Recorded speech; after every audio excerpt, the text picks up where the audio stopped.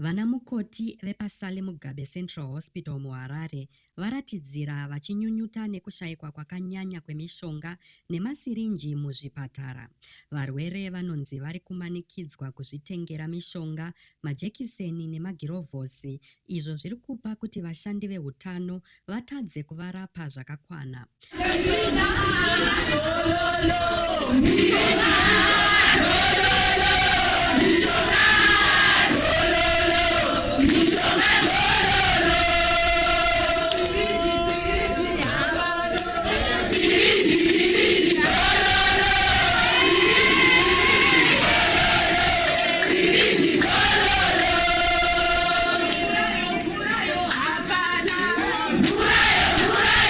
Vanamukoti ava vanoti zviri kuitika izvi zviri kuisa upenyu hwevanhu munjodzi, sezvo varwere vakawanda vari kutadza kutenga mishonga since they cannot afford.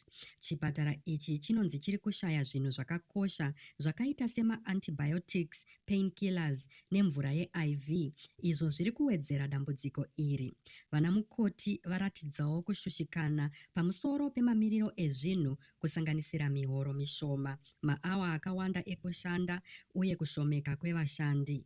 Vazhinji vari kubuda munyika vachindotsvaka mikana iri nani kunze kwenyika, izvo zviri kusiya zvipatara zvehurumende zvichinetseka nekupa hutano hwakakwana.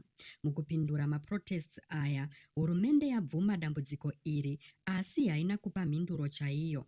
Iri kupomera masanctions akaiswa neAmerica, ukuwo vatsoropodzi vachiti huori nekusatungamira zvakanaka ndizvo zvikonzero zvekudonha kwehealth system.